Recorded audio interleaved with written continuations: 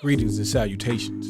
Welcome to another episode of 365 Days of Gaming. I appreciate you taking out time to check out this video. Like, comment, share, and subscribe. Thank you in advance. Let's not delay. I'm really excited to talk about this particular game because this is a football game, but this is a football game that is very true to the culture. And what I mean by that is like bringing it back to when I was a kid and the things I enjoyed about playing football. You know, before pads and helmets. I know that's not the safest thing to say, but what I mean is when you're out there in a field with a bunch of friends and you're all just playing football games, it might not even be an actual game of football, but you know, there's all of these like fun games that we would play based on football.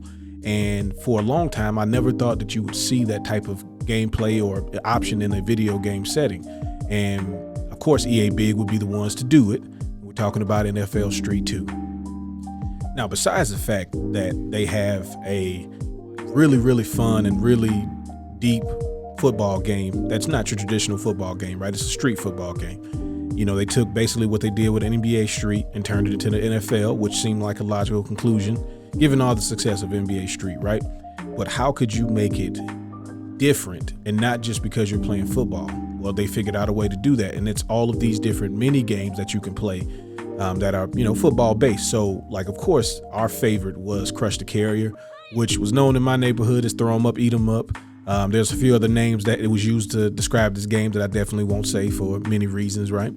But just the fact that you could play this game, and like we played this a whole bunch, like everybody had their created players or their favorite player, and you would, you know, just go at it trying to see who can get the highest score.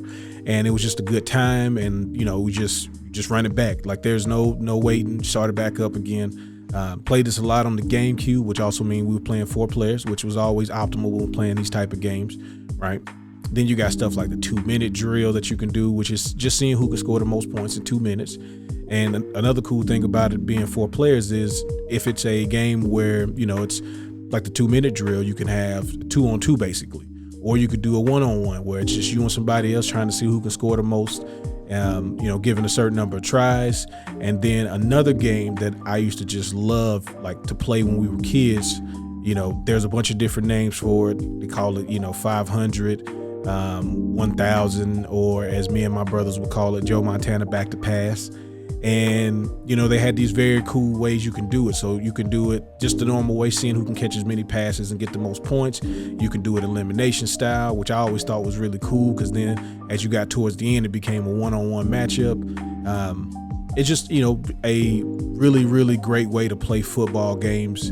And even if you don't like the mini games, the actual NFL Street, you know, normal standard gameplay was great. You had all the NFL legends, you had all the current players, you could create your own player, create your own team, just, you know, just an enjoyable experience. You know, not as cool as the NBA Street franchise because they didn't make a bunch of like original characters for it. And I always thought that NFL Street missed out on the opportunity to create these legends and really take it to the next level. I always thought that was the thing that separated it from NBA Street. You know, because NBA Street Volume 2, for example, is probably one of the most legendary non-simulation, you know, basketball and sports games, at least where I'm from. To me, even bigger than NBA Jam in that regard, because they created all of these characters and they made this fictional world. So that was the only thing I would always say about NFL Street was like, man, I wish they would have just made their own characters and leaned into that version a little more. Another thing that I did not remember about this game is there is a whole lot of exhibit in this. And I know a lot of you probably don't even remember who exhibit is, and that's okay. You know, I understand. Different time, right?